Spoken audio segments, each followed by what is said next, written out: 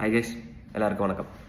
இன்றைக்கி நம்ம மெய்யழகன் படத்துலேருந்து அருள்மொழியும் அவரோட வீடும், ஸோ அதோட பார்ட் 2 பார்க்கலாம்.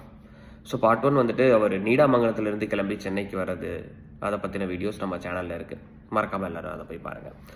இப்போ வந்துட்டு அவர் சென்னைக்கு வந்த பிறகு டேரக்டர் என்னென்ன நமக்கு அழகாக காட்டியிருக்காருன்னு பார்த்தோம்னா, நீடாமங்கலத்தில் இருக்கிற வீடுக்கும் சென்னையில் இருக்கிற வீடுக்கும் என்ன சிமிலாரிட்டிஸ் அப்படின்னா, நீடாமங்கலம் அவங்களோட சொந்த வீடு, பாரம்பரிய வீடு, நல்ல பெரிய வீடு, முன்னாடி ஒரு வெராண்டா, அதுக்கப்புறம் ஹால், நடுவில் முற்றம்னா அந்த காரைக்குடி வீட்டிலலாம் இருக்கும், அந்த மாதிரிலாம் இருக்கும்.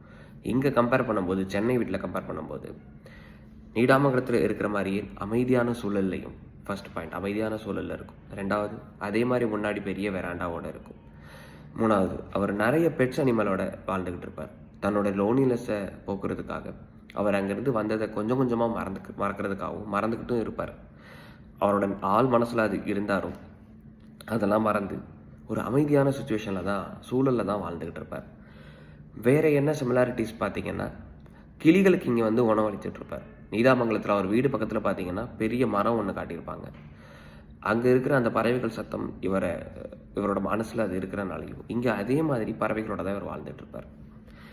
நீங்கள் கிளைமேக்ஸில் பார்த்தீங்கன்னா கூட இவர் மெய்யழகன் கார்த்திக்கிட்ட இருந்து வந்துட்டு அங்கே போயிட்டு இங்கே வந்துட்டு அதை பற்றி நினைவு கூறும்போது மொட்டை மாடிக்கு போயிட்டு அங்கே உட்காந்து ஒரு அமைதியான சுச்சுவேஷன் தான் நமக்கு காட்டுவாங்க. சென்னையில் இருக்கிற வேறு எந்த புகையோ வேறு எந்த ஒரு டிஸ்டர்பன்ஸும் ஹாரன்ஸ் எதுவுமே இல்லாத ஒரு இடமா தான் சூஸ் பண்ணியிருப்பார் டேரக்டர். ஸோ இது மாதிரி மெய்யழகன் படத்துலேருந்து வேறு ஏதாச்சும் உங்களுக்கு சிமிலாரிட்டிஸ் இல்லை வேறு அழகான மொமெண்ட்ஸ் இல்லை வேறு ஏதாச்சும் ஹிடன் டீட்டெயில்ஸ் உங்களுக்கு வேணுனாலும் நீங்கள் நம்ம சேனலில் கமெண்ட் பண்ணுங்கள் இந்த வீடியோவில். அதே மாதிரி நம்ம சேனல் லைக் பண்ணாதவங்க லைக் பண்ணுங்கள், வீடியோஸ் சப்ஸ்கிரைப் பண்ணாதவங்க சப்ஸ்கிரைப் பண்ணுங்கள், கண்டிப்பாக ஷேர் பண்ணுங்கள்.